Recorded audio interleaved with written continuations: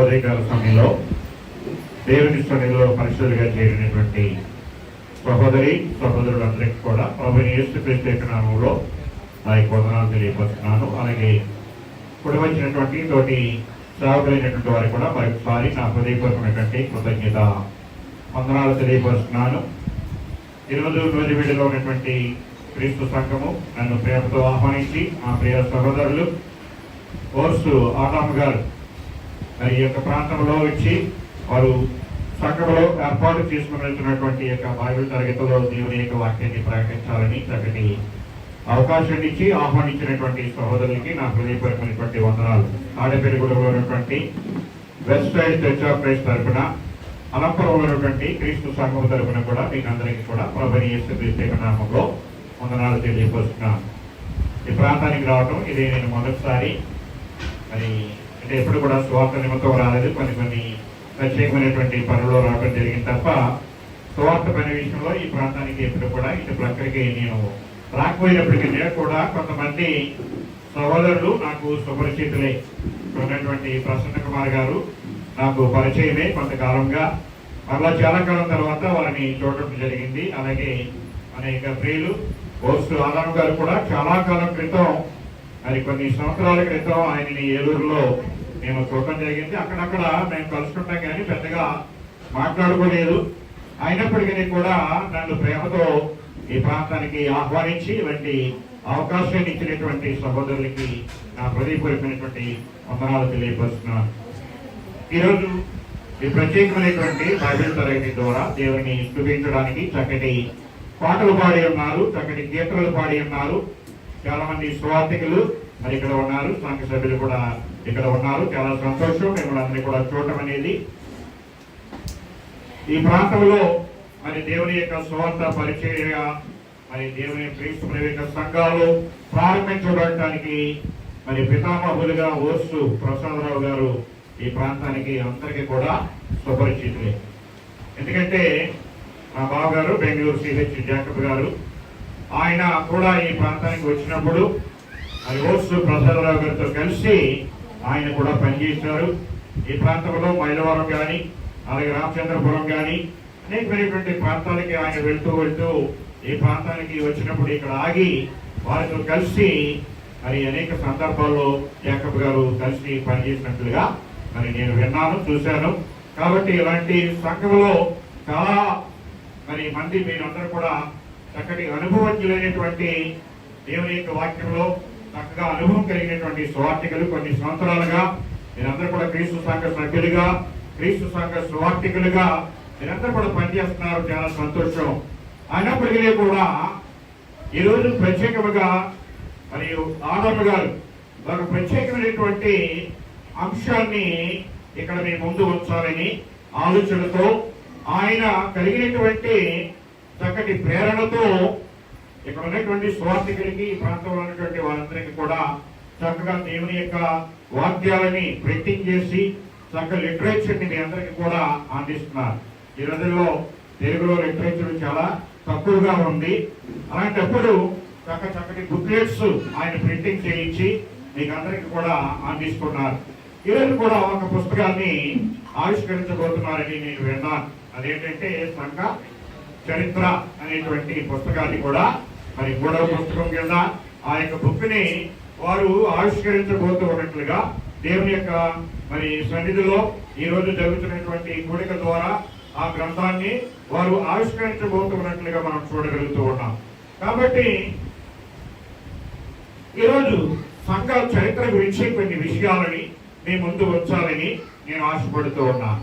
సంఘ చరిత్రని ఎలాగైనా సరే మరి మీకు ఈరోజు బుక్ ఇవ్వడం జరుగుతుంది. అయినప్పటికీ కూడా కొన్ని విషయాలు ముందుగా మనం ఆలోచించడానికి ప్రయత్నం చేద్దాం.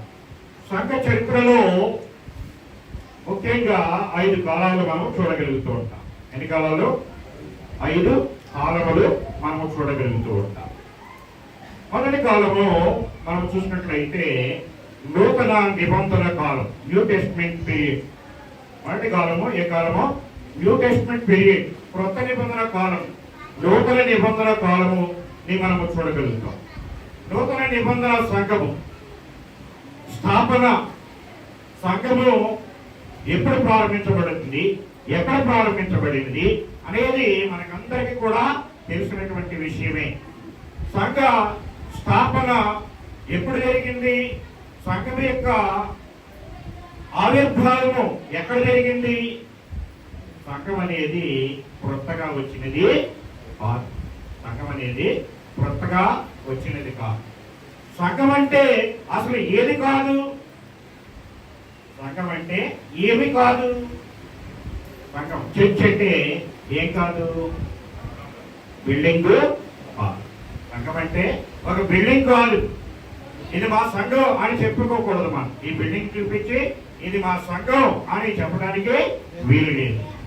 కాబట్టి సంఘం అంటే బిల్డింగ్ కాదు, లేకపోతే ఒక మత శాఖ కాదు, ఒక సమూహం కాదు, లేకపోతే నీటి తీర్వ సంఘాలు, డ్వాక్రా సంఘాలు, లేకపోతే ఇంకా వేరే వేరే సంఘాలు ఉన్నాయి.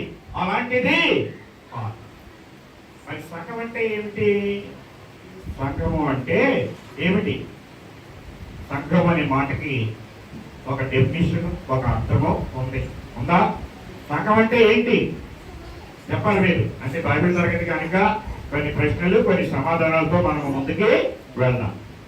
ఉన్నటువంటి మీరందరూ కూడా క్రీస్తుగా సువార్తికులే కాబట్టి మనకి తెలిసిన విషయాలే కాబట్టి ఒకసారి మనము పునరాలోచన చేద్దాం. ఒకసారి మనము కలిసి తెలిసిన విషయాలని మరలా పునరాలోచన చేసి జ్ఞాపకం చేసుకోవడానికి ప్రయత్నం చేయాలి.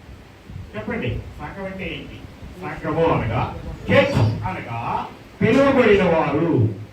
చర్చ్ అని పిలువబడిన వారిని మొదటి కొరింథీ పత్రిక 1వ అధ్యాయము 2వ వచనంలో మనకి తెలియజేయబడింది. సంఘం అంటే ఏంటి? కొరింథీలో ఉన్న దేవుని సంఘము అనగా చెప్పండి అమ్మా, వాక్యం చెప్పండి. కొరింథీలో ఉన్న దేవుని సంఘము అనగా చూసి కాదు, చూడకుండా చెప్పాలి. క్రీస్తు యేసునందు పరిశుద్ధపరచబడి పరిశుద్ధులుగా ఉండుటకు పిలువబడిన వారు.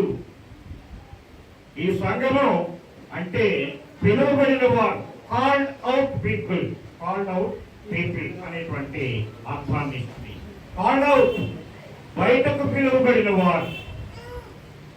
పిలువబడిన వారు అంటే ఎందుకు పిలువబడ్డారు, ఎక్కడి నుంచి పిలువబడ్డారు అనేది మనం ఆలోచన చేసినట్లయితే, ఎందుకు పిలువబడ్డారు? క్రీస్తు యేసునందు పరిశుద్ధపరచబడి పరిశుద్ధులుగా ఉండుటకు పిలువబడిన వారు సంఘము. అంటే పరిశుద్ధ పరచబడటానికి, పరిశుద్ధులుగా ఉండటానికి పిలువబడిన వారి సంఘము అనేటువంటి డెఫినిషన్, అర్థాన్ని మనకి తెలియపరుస్తుంది. అంటే సంఘం అంటే పిలువబడిన వారు, పరిశుద్ధపరచబడి పరిశుద్ధులుగా ఉండేటకు పిలువబడిన వారు. ఎక్కడి నుంచి పిలువబడ్డారు? ఎక్కడికి పిలువబడ్డారు అమ్మా? లోకములో నుండి దేవునిలోనికి, చీకటిలో నుండి వెలుగులోనికి పిలువబడిన వారి సంఘం. సాతాను యొక్క అధికారముల నుండి, అంధకార సంబంధమైన అధికారముల నుండి తాను ప్రేమించిన తన కుమారుని రాజ్య నివాసులుగా ఆయన మనల్ని చేసెను అని చెప్పి, చీకటిలో నుండి వెలుగులోనికి, సాతానులో నుండి దేవునిలోనికి, లోకములో నుండి సంఘములోనికి పిలువబడిన వారి సంఘం. ఈ సంఘము యొక్క ఆవిర్భావము, ఆరిజిన్ ఆఫ్ ది చర్చ్. సంఘం యొక్క ఆవిర్భావము ఎక్కడ ఇది ఉద్భవించింది, ఎక్కడ దీని యొక్క ఆవిర్భావం జరిగింది, ఎక్కడ జరిగింది, ఎప్పుడు జరిగింది, ఎక్కడ జరిగింది? సంఘము ఇప్పుడిప్పుడే కొత్తగా వచ్చినది కాదు. సంఘం యొక్క ఆవిర్భావము ఎక్కడ జరిగింది? ఆవిర్భావం, దాని యొక్క ప్రారంభము యెరూషలేములో జరిగింది. దాని యొక్క ఆవిర్భావము పరలోకములో నిత్య సంకల్పములో, నిత్యత్వములో జగత్తుకు పునాది వేయబడక మునిపే ఈ సంఘము దేవుని యొక్క నిత్య సంకల్పములో ఉన్నది. ఎఫెసీయులకు రాసిన పత్రిక 3వ అధ్యాయము, ఎఫెసీయులకు రాసిన పత్రిక 3వ అధ్యాయము 7, 8 వచనాలు, 8 నుంచి 11 వచనాలు కలిపి ఉండాలి. ఎఫెసీ పత్రిక 3వ అధ్యాయము 8వ వచనం. దేవుడు మన ప్రభువైన క్రీస్తు యేసునందు చేసిన నిత్య సంకల్పము చొప్పున పరలోకములో ప్రధానులకును అధికారులకును సంఘము ద్వారా తన యొక్క నానావిధమైన జ్ఞానము ఇప్పుడు తెలియచేయబడవలనని ఉద్దేశించి. కాబట్టి ఇక్కడ వాక్యంలో మనం జాగ్రత్తగా ఆలోచన చేసినట్లయితే దేవుడు మన ప్రభువైన యేసుక్రీస్తుతో చేసిన నిత్య సంకల్పము, ఇట్స్ ఏ ఎటర్నల్ ప్లాన్. నిత్య సంకల్పం అంటే ఎప్పుడు జరిగింది ఈ సంకల్పము?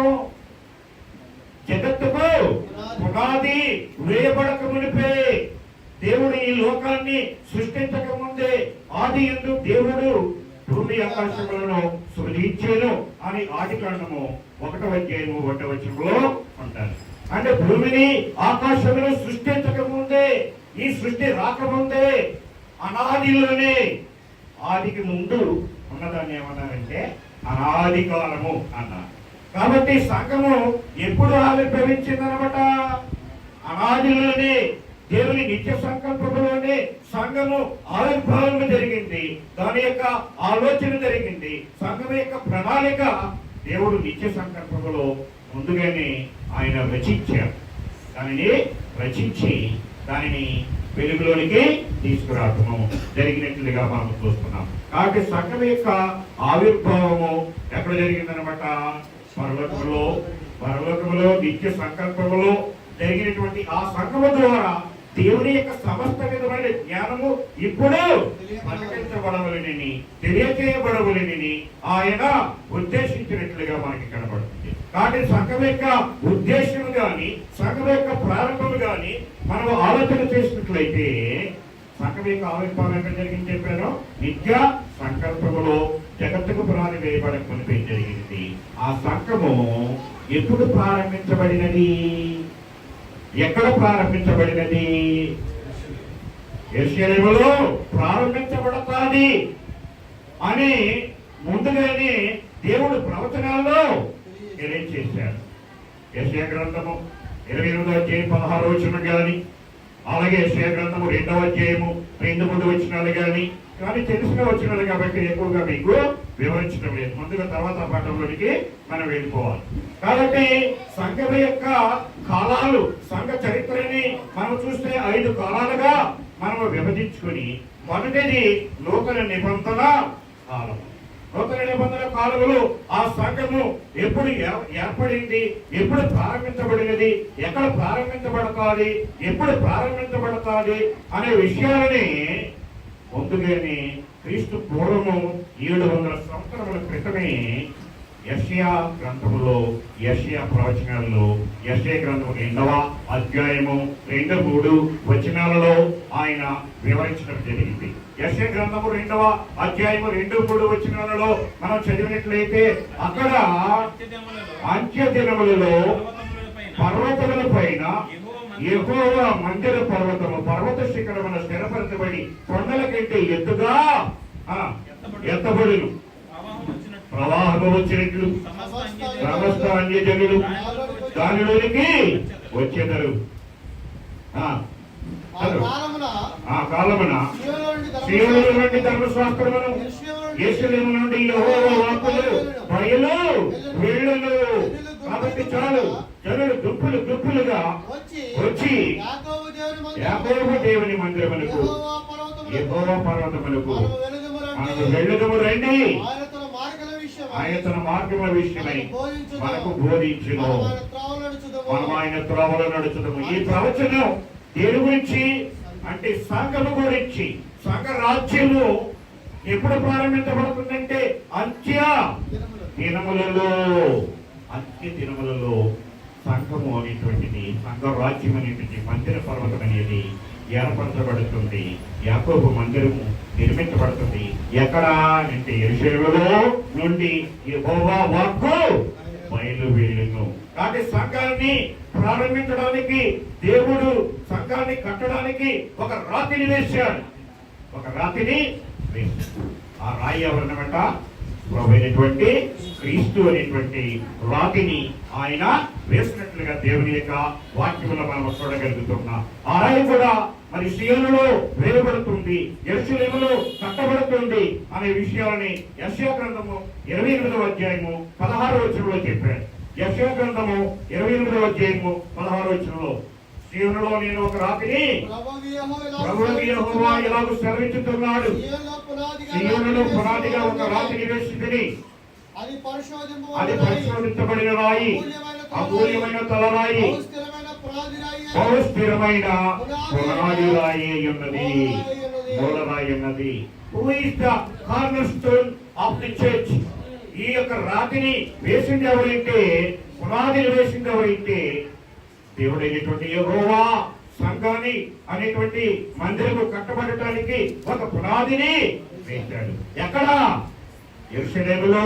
సీయోను అంట యెరూషలేము అన్న ఒకే ప్రాంతము మనకి తెలియజేయబడుతుంది. కాబట్టి యెరూషలేములో అంత్య దినములలో యెహోవా మందిర పర్వతము పర్వత శిఖరమున స్థిరపరచబడి కొండల కంటే ఎత్తుగా ఎత్తబడును అని చెప్పినటువంటి మాటను బట్టి సంఘము ఎప్పుడు ఎక్కడ స్థాపించబడుతుంది అనేది ముందుగానే ప్రవచనాలు 700 సంవత్సరాలకు ముందే ప్రవచించాడు.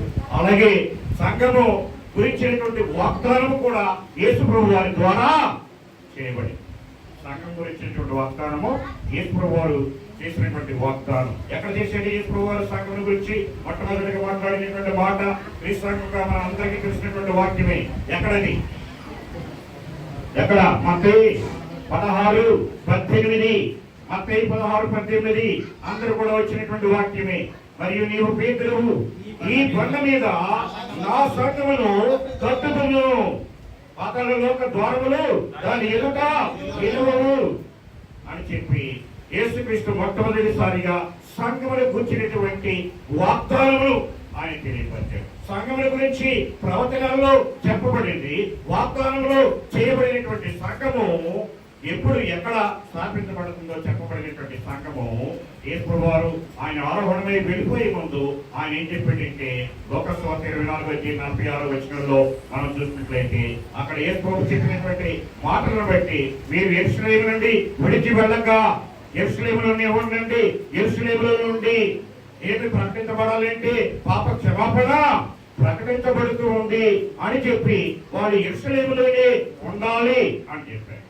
ఆ ప్రకారంగా యేసు ప్రభువు చనిపోయి తిరిగి లేచి సమాధి చేయబడి తిరిగి లేచి పరలోకానికి వెళ్ళిపోయినటువంటి మరి దినాలకి యెరూషలేములో క్రీస్తు ప్రభు యొక్క సంఘము ప్రారంభించబడినది. ఎక్కడ ప్రారంభించబడినది?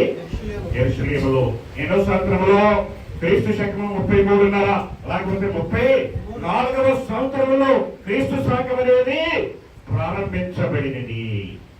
ఆ సంఘము యెరూషలేములో ప్రారంభించబడినట్లుగా అపొస్తలుల కార్యములు 2వ అధ్యాయం అంతా మనం చదివినట్లయితే అంత్య దినములు అక్కడ అంత్య దినములు అని ఉటంకించబడ్డాయి. అంత్య దినములలో యెహోవా మందిర పర్వతము అక్కడ స్థిరపరచబడుతుందని యెషయా చెప్పినటువంటి మాటను బట్టి అంత్య దినాలు అంటే ఎప్పుడన్నమాట?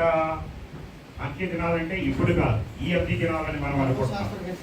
ధర్మశాస్త్రము ముగించినటువంటి నాటి నుండి అంత్య దినముల కింద లెక్కించబడ్డాయి. యేసుక్రీస్తు ఈ లోకంలో జీవించినటువంటి దినాలు అంత్య దినముల కింద లెక్కించబడినట్లుగా మనం చూస్తున్నాం. ఎబ్రీ పత్రిక 1వ వచనంలో మనం చూసినట్లయితే, ఎబ్రీ పత్రిక 1వ అధ్యాయం 1-2 వచనాల్లో మనం చూసినట్లయితే అక్కడ అంటాడు, పూర్వకాలమందు నానా సమయములలో నానా విధములుగా పితరులతో ప్రవక్తల ద్వారా మాట్లాడిన దేవుడు ఈ దినముల అంతమందు తన కుమారుని ద్వారా మనతో మాట్లాడాను.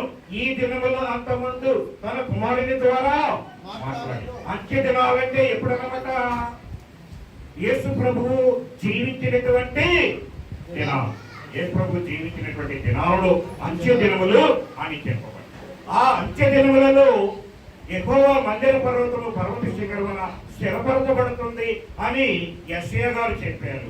ఆ అంత్య దినాలలో దేవుని యొక్క ఆత్మ కుమ్మరించబడుతుంది అని యోవేలు గ్రంథంలో 2వ అధ్యాయం 28వ వచనంలో చెప్పినటువంటి మాటని అపొస్తలుడైనటువంటి పేతురు గారు ఉటంకించి మాట్లాడాడు. అపొస్తలుల కార్యములు 2వ అధ్యాయము 16వ వచనంలో మనం చదివినట్లయితే అక్కడ పేతురు గారు మాట్లాడినటువంటి మాటలు మనం చదివినట్లయితే అక్కడ వారు పరిశుద్ధాత్మ శక్తిని పొంది వారు అన్య భాషలతో మాట్లాడుతున్నప్పుడు అక్కడ ఉన్నటువంటి ప్రజలందరూ ఎవరుకున్నారు? మీరు ఏమైనా కొత్త మద్యము సేవించి మాట్లాడుతున్నారా? రకరకాల భాషలు మాట్లాడుతున్నారు? మీరేమైనా పొద్దున్నే తాగి వచ్చారా అని అనుకుంటుంటే పేతురు గారు, అయ్యలారా మీరు అనుకున్నట్టుగా మేము మద్దులము కారము, ఇదిగో యోవేలు ప్రవర్తించిన రీతిగా అంత్య దినములలో నేను నా ఆత్మను కుమ్మరిస్తాను అని యోవేలు చెప్పాడే. ఆ ఆత్మ ఇదిగో ఇప్పుడు ఇక్కడ కుమ్మరించబడినది. ఆ ఆత్మ కుమ్మరించబడినప్పుడు వారు అన్య భాషలతో మాట్లాడినప్పుడు అక్కడ పేతురు మాట్లాడినటువంటి మాటను బట్టి పేతురికి పరలోక రాజ్యపు తాళపు చెవిని ప్రభువైన యేసుక్రీస్తు వారు ఇష్టమైన మత్తయి సువార్తలో చెప్పాడు. అవునా? 16:18 వచనంలో పరలోక రాజ్యపు తాళపు చెవిని నేను నీకు ఏంటా తాళపు చెవి అనమాట? సువార్త అనేటువంటి తాళపు చెవి ఆయన ఉపయోగించి సంఘంలో ప్రవేశానికి ఆయన ప్రారంభోత్సవాన్ని చేయటం జరిగింది. పేతురు ద్వారా ప్రకటించబడినటువంటి సువార్త వినటువంటి అక్కడికి వచ్చినటువంటి అనేక మంది యూదులు, ఇదిగో యేసు ప్రభు వారు ఈ లోకానికి మీకోసం వచ్చాడయ్యా, మీకోసం వచ్చినటువంటి మీ యేసు ప్రభుని మీ రాజుని మీరు ఏం చేశారు? శిలువ వేసి చంపారు. మీరు శిలువ వేసి చంపినటువంటి ఈ యేసును దేవుడు ఆయన సమాధిలో కుళ్ళిపోలేదయ్యా, సమాధిలో నుంచి తిరిగి లేపాడయ్యా. ఆయన తిరిగి లేచి దేవుని కుడి పార్శ్వమున దావీదు సింహాసనం మీద ఆసీనుడై ఉన్నాడు. మీరు శిలువ వేసి చంపిన ఈ యేసుని దేవుడు ప్రభువుగాను క్రీస్తుగాను నియమించెను అని చెప్పి అక్కడ పేతురు చెప్పినటువంటి ప్రసంగాన్ని విన్నటువంటి అక్కడ ఉన్నటువంటి భక్తి కలిగినటువంటి యూదులందరూ హృదయంలో నొచ్చిపోయి, అయ్యలారా రక్షణ పొందుటకు మేము ఏమి చేయవలేదు అన్నప్పుడు అందుకు పేతురు, మీరు మారు మనసు పొందు 38వ వచనం 2వ అధ్యాయం 38వ వచనంలో అందుకు పేతురు, మీరు మారు మనసు పొంది పాప క్షమాపణ నిమిత్తం ప్రతి వాడు యేసుక్రీస్తు నామమున బాప్తిస్మం పొందిడి, అప్పుడు పరిశుద్ధాత్మను వరమును మీరు పొందుదురు. ఈ వరము మీకును మీ పిల్లలకు మనకు దురస్తులైన వారికి అందరికీ అనుగ్రహించబడుతుంది అన్నప్పుడు పేతురు చెప్పినటువంటి వాక్యమును అంగీకరించిన వారు, ఆ వాక్యమును అంగీకరించిన వారు ఎంతమంది? 3,000 మంది బాప్తిస్మము పొంది ఎక్కడ చేర్చబడ్డారు? సంఘములో చేర్చబడి. కాబట్టి సంఘము ఎప్పుడు ప్రారంభించబడినది? ఎక్కడ ప్రారంభించబడినది? క్రీస్తు శకము 34వ సంవత్సరములో యెరూషలేములో పెంతెకొస్తు దినమున 3,000 మందితో ప్రారంభించబడినట్లుగా దేవుని యొక్క గ్రంథము మనకి తెలియపరుస్తుంది. ఆ ప్రవచనం సంఘం ఎప్పుడు ఎక్కడ ఎలా స్థాపించబడినది, ఆ సంఘం ఎలా విస్తరించిందో మనం చూసినట్లయితే అపొస్తలుల కార్యముల గ్రంథం అంతా మనం చదువుకుంటూ వెళ్తున్నట్లయితే ఆ సంఘము 3,000 మందితో ప్రారంభించబడినటువంటి సంఘము యెరూషలేములో కొన్ని వేల మంది అయిపోయారు. ఆ తర్వాత పురుషులు 5,000 మంది చేర్చబడ్డారు అని చెప్పాడు. అపొస్తలుల కార్యములు 2వ అధ్యాయం 47వ వచనంలో అనుదినము రక్షణ పొందుతున్న వారిని దేవుడు వారితో ప్రభువు వారితో చేర్చుచుండెను. ఎవరితో చేర్చున్నాడు? సంఘముతో చేర్చుతూ ఉన్నాడు. తెలుగులో బైబిల్లో అయితే ప్రభు రక్షణ పొందుతున్న వారిని అనుదినము వారితో చేర్చుచుండెను అని ఉంది తప్ప ఇంగ్లీష్ బైబిల్లో మనం చూస్తే the lord added them those who are saved into his church అని అంటారు. ఇంగ్లీష్ బైబిల్ ఏమంటో తెలుసా? The Lord added them those who are saved unto the church. ఎంతో చేర్చాడు? ఎవరితో చేర్చాడు? సంఘముతో చేర్చాడు. కాబట్టి సంఘము ఎక్కడ ఆవిర్భవించింది? దేవుని యొక్క నిత్య సంకల్పములో పరలోకములో ఆవిర్భవించినటువంటి సంఘము ప్రవచనాల ద్వారా వాగ్దానము ద్వారా ఆయన సంఘాన్ని వెలుగులోకి తీసుకొచ్చి ఆ సంఘము యెరూషలేములో పెంతెకొస్తు దినమున 3,000 మందితో క్రీస్తు శకము 34లో ప్రారంభించబడినటువంటి సంఘము అనుదినము రక్షణ పొందుతున్న వారిని వారితో చేర్చుచు ఉండెను అని చెప్పాడు. 4వ అధ్యాయంలోకి వచ్చేసరికి అపోస్తలుల కార్యం 4వ అధ్యాయం 4వ వచనంలో వాక్యము వినిన వారిలో అనేకులు నమ్మిరి, వారిలో పురుషుల సంఖ్య ఇంచుమించు 5,000 ఆయన. అతి కొద్ది కాలంలోనే సంఘము 3,000 మంది ఒకే రోజు బాప్తిస్మం పొందారు, అనుదినము రక్షించబడుతున్నారు. ఆ తర్వాత 4వ అధ్యాయంలోకి వచ్చేసరికి ఇంకా ఇంచుమించు 5,000 మంది పురుషులే ఉంటే ఇంకా స్త్రీలు ఎంతమంది ఉన్నారు? కాబట్టి 3,000 మంది, 5,000 మంది, 8,000 మంది అనుదినము రక్షించబడుతున్నటువంటి మరొక 3,000 మంది, 12,000 మంది, ఇలాగా సంఘము ఇంకా అనేక చోట్ల వ్యాపించినట్లుగా దేవుని యొక్క వాక్యంలో మనం చూడగలుగుతూ ఉంటాం. ఈ అపొస్తలుల కార్యముల గ్రంథము ఇంకా మనం చదువుకుంటూ వెళితే 5వ అధ్యాయంలో 42వ వచనములో 5వ అధ్యాయము 42వ వచనము ప్రతి దినము దేవాలయములోను ఇంటింటను మానక బోధించుచు యేసే క్రీస్తుని ప్రకటించు. సంఘం ఆదిమ సంఘం ప్రతి దినము కూడా దేవాలయములు ఇంటింటా కూడుకుంటున్నాం. ఈరోజు మనం ఎప్పుడు కూడుకుంటున్నాం? ఆదివారం ఆరాధనకి రావడమే చాలా మందికి కష్టమే. అమ్మ బుధవారం బైబిల్ తరగతి ఉంది, శుక్రవారం స్త్రీల కూడిక ఉంది, రావాలి అంటే అందులో సంఘంలో ఆదివారం వచ్చే దాంట్లో ఎంతమంది బైబిల్ తరగతికి రాగలుగుతున్నారు? ఎంతమంది స్త్రీల కూడికకి రాగలుగుతున్నారు? ఆదిమ సంఘం ప్రతి దినము అనుదినము వారు ఇంటింటా కూడుకుని రొట్టె విరిచినట్టుగా మనము దేవుని యొక్క గ్రంథంలో చూడగలుగుతూ ఉన్నాం. 6వ అధ్యాయంలో 7వ వచనంలో 6వ అధ్యాయం 7వ వచనం అపొస్తలుల కార్యములు 6వ అధ్యాయము 7వ వచనం దేవుని వాక్యము ప్రబలమై శిష్యుల సంఖ్య యెరూషలేములో బహుగా విస్తరించెను, మరియు యాజకులు అనేకులు విశ్వాసములకు లోబడిరి.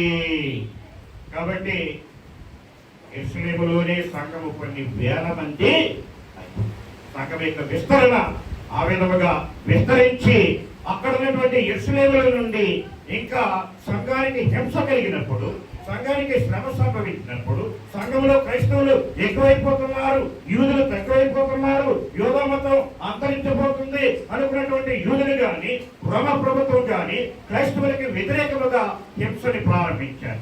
క్రైస్తవుల్ని హింసించడం, శిక్షించడం, చంపడము ప్రారంభించినటువంటి తరువాత సంఘము కొన్ని ప్రాంతాలకి చేరిపోయింది. 8వ అధ్యాయంలో మనం చూసినట్లయితే 8వ అధ్యాయం 1వ వచనం ఆ కాలమందు యెరూషలేము సంఘములకు గొప్ప హింస కలిగినందున అపొస్తలులు తప్ప అందరూ యూదయ సమరయ దేశముల యందు చెదరిపోయిరి. 4వ వచనం కాబట్టి చెదరిపోయిన వారు సువార్త వాక్యమును ప్రకటించుతూ సంచారము చేసిరి. కాబట్టి ఇప్పుడు దేవుని యొక్క ప్రణాళిక ప్రకారముగా సంఘము విస్తరించాలి, ఒకచోటే ఉండిపోకూడదు. సంఘం ఏమవ్వాలి? విస్తరించాలి, వ్యాపించాలి. అపొస్తలుల కార్యంలో 1వ అధ్యాయం 8వ వచనం చదవండి. అపొస్తలుల కార్యంలో 1వ అధ్యాయం 8వ వచనంలో దేవుడి యొక్క ప్రణాళిక సంఘము ఏ విధముగా విస్తరించాలి, ఎక్కడి నుంచి ఎక్కడికి వెళ్ళాలి, ఎక్కడి నుంచి ఎక్కడికి వెళ్ళాలి. పరిశుద్ధాత్మ మీ మీదకి వచ్చినప్పుడు మీరు శక్తి నొందుదురు గనుక మీరు యెరూషలేములోను యూదయ సమరయ దేశముల అందంతటను భూదిగంతముల వరకు నాకు సాక్షిగా యుందురు. ఇది దేవుని యొక్క ప్రణాళిక. సంఘం యొక్క విస్తరణ ఎలా జరగాలంటే యెరూషలేము మొదలుకొని సమరయలోను, అలాగే యూదయలోను, సమరయలోను, భూ దిగంతముల వరకు కొత్త వ్యాపించాలి, సంఘాలు ప్రారంభించబడాలి. అందుకే సంఘానికి ఏమొచ్చిందంటే హింస రాకపోతే ఆ సంఘం అక్కడే అలాగే ఉండిపోయేది. హింస కలిగింది కాబట్టి, శ్రమ కలిగింది కాబట్టి, అప్పటికే స్టెఫను చంపబడ్డాడు కాబట్టి, సంఘంలో భయభ్రాంతులు ఎక్కువైపోయింది కాబట్టి కొంతమంది ఎక్కడికి చెదిరిపోయి అపోస్తలులు తప్ప తక్కిన వారందరూ అనేక ప్రాంతాలకే చెదిరిపోయినటువంటి వారు సంచారము చేసి సువార్త వాక్యములు ప్రకటించుతూ సంచారము. అలా చెదిరిపోయిన వారు ఫిలిప్పు ఎక్కడికి వెళ్ళాడంటే సమరయకే వెళ్ళి సమరయలో సువార్తను ప్రకటించి సమరయలో ఉన్నటువంటి వారికి బాప్తిస్మము ఇచ్చి, అలాగే ఇంకా యూపే ప్రాంతానికి ఇంకా అనేకమైనటువంటి ప్రాంతానికి సంఘము విస్తరించబడిన తర్వాత అంత్యోకయలో ఉన్నటువంటి అన్ని జనుల యుద్ధకు కూడా వార్త ప్రకటించారు. 10వ అధ్యాయంలోకి వెళ్తే మరి ఎవరు పేతురు గారు కొర్నేలి ఇంటికి వెళ్ళి కొర్నేలి ఇంటి వారికి సువార్త ప్రకటించి కొర్నేలి ఇంటి వారు రక్షించబడి అన్నిటి వెళ్ళినటువంటి వారికి కూడా రక్షణ ప్రకటించబడి కొర్నేలి ఇంటి వారికి అంత్యోకయలో సంఘము ప్రారంభించబడినది. అంత్యోకయలో ఉన్నటువంటి సంఘము ద్వారా అపోస్తలులైనటువంటి పౌలు, బర్నబా, జాన్ మార్కు, తిమోతి వీళ్ళందరూ కలిసి అనేకమైనటువంటి ప్రాంతాల్లో అనేకమైనటువంటి చోట్లకు వెళ్ళి అనేక ప్రాంతాల్లో సంఘాలు ప్రార్థించారు. ఈ విధముగా సంఘము ఎక్కడి నుంచి ఎక్కడి వరకు వ్యాపించిందంటే దేవుని ప్రణాళిక ప్రకారంగా యెరూషలేము మొదలుకొని భూ దిగంతముల వరకు యెరూషలేము మొదలుకొని ఎక్కడికెక్కడికి వెళ్ళిపోవాలి, భూ దిగంతముల వరకు వెళ్ళాలి. ఆ విధముగా అపోస్తలులైనటువంటి పౌలు గారు సువార్త ప్రకటించారు. రోమపత్రిక 15వ అధ్యాయము 15వ అధ్యాయము 18-19 వచనాలు. ఎలాగనగా అన్యజనులు విధేయులగినట్లు వాక్యము చేతను క్రియల చేతను గురుతుల చేత బలము చేతను మహత్కార్యముల బలముల చేతను పరిశుద్ధాత్మ బలము చేతను క్రీస్తు ద్వారా చేయించిన వాటిని గురించి మాట్లాడని చెప్పాను. కాబట్టి యెరూషలేము మొదలుకొని చుట్టుపక్కల ఉన్న ప్రదేశముల యందు ఇల్లూరికి ప్రాంతము వరకు క్రీస్తు సువార్తను పూర్ణముగా ప్రకటించి ఉన్నాను. దేవుని ప్రణాళిక ప్రకారంగా క్రీస్తు సువార్త మొదటి శతాబ్దంలోని 34వ సంవత్సరం నుంచి 100వ సంవత్సరం వరకు మొదటి సంవత్సరంలోనే యెరూషలేము మొదలుకొని ఇల్లూరికి వరకు కూడా ఏమైంది, వార్త పూర్ణముగా ప్రకటించబడినది. యెరూషలేము మొదలుకొని ఈ పక్క నుంచి ఈ చివరి నుంచి ఈ చివరి వరకు.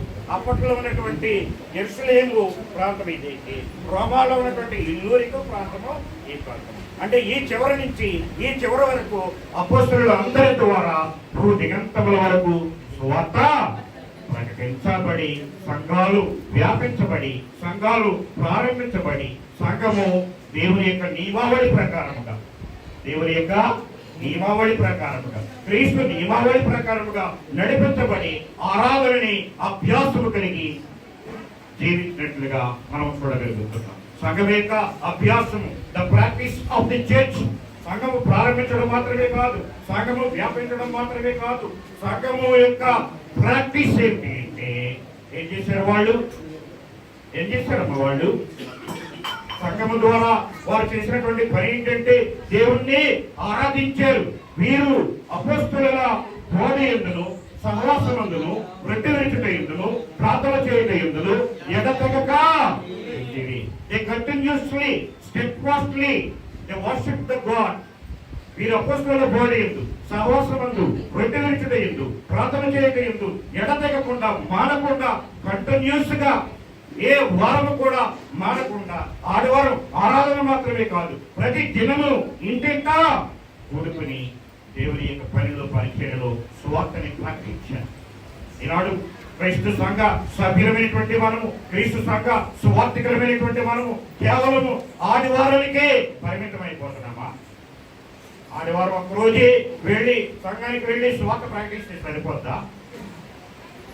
చాలా మంది సువార్తికులు కానీ చాలా మంది సేవకులు కానీ సండే ప్రీచర్స్ అయిపోయి సండే టు సండే ఆదివారం మాత్రమే వచ్చి ఆరాధన చేసి వెళ్ళిపోయి ఆ చర్చి బిల్డింగ్ తలుపులు మూసేసి మళ్ళా ఆదివారం రాకపోతే సంఘం బలపడుతుందా?